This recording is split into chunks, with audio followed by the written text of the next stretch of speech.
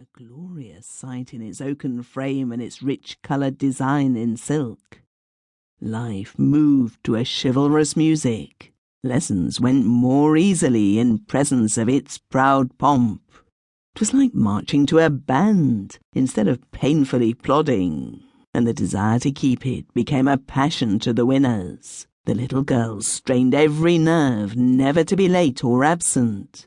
But alas, some mischance would occur to one or other, and it passed in its purple and gold to some strenuous and luckier class in another section of the building, turning to a funeral banner as it disappeared dismally through the door of the cold and empty room. Woe to the latecomer who imperilled the banner. The black mark on the register was a snowflake compared with the black frown on all those childish foreheads. As for the absentee, the scowls that would meet her return not improbably operated to prolong her absence. Only once had Bloomah's class won the trophy, and that was largely through a yellow fog which hit the other classes worse. For Bloomah was the black sheep that spoiled the chances of the fold, the black sheep with the black marks. Perhaps those great rings round her eyes were the black marks incarnate, so morbidly did the poor child grieve over her sins of omission. Yet those sins of omission were virtues of commission elsewhere, for if Bloomah's desk was vacant, it was only because Bloomah was slaving at something that her mother considered more important. The Beckenstein family first, the workshop second, and school nowhere, Bloomah might have retorted to her mother.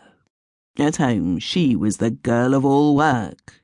In the living rooms, she did cooking and washing and sweeping.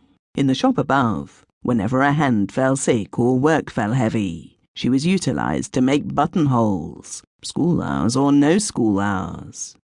Bloomah was likewise the errand girl of the establishment, and the portress of goods to and from S. Cohen's Emporium in Holloway, and the watchdog when Mrs. Beckenstein went shopping or pleasuring. "Lock up the house," the latter would cry, when Bloomah tearfully pleaded for that cause. "My things are much too valuable to be locked up, but I know you'd rather lose my jewellery than your precious banner." When Mrs. Beckenstein had new grandchildren, and they came frequently, Bloomah would be summoned in hot haste to the new scene of service. Curt postcards came on these occasions, thus conceived. "Dear Mother, a son, send Bloomah, Bryony." Sometimes these messages were mournfully inverted. "Dear Mother, poor little Rachie is gone. Send Bloomah to your heartbroken Becky." Occasionally the postcard went the other way. "Dear Becky, send back Bloomah, your loving mother."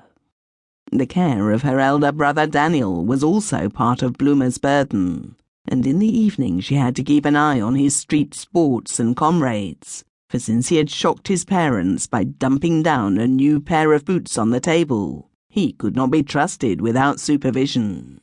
Not that he had stolen the boots, far worse.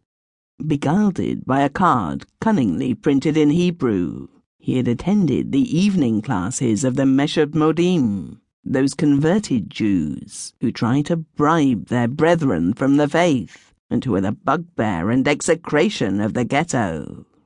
Daniel was therefore looked upon at home as a lamb who had escaped from the lion's den, and must be the object of their vengeful pursuit, while on Bloomah devolved the duties of shepherd and sheepdog. It was in the midst of all these diverse duties that Bloomah tried to go to school by day and do her home lessons by night. She did not murmur against her mother, though she often pleaded. She recognized that the poor woman was similarly distracted between domestic duties and turns at the machines upstairs. Only it was hard for the child to dovetail the two halves of her life. At night she must sit up as late as her elders, poring over her school books, and in the morning it was a fierce rush to get through her share of the housework in time for the red mark. In Mrs. Beckenstein's language, don't eat, don't sleep, boil nor bake, stew nor roast.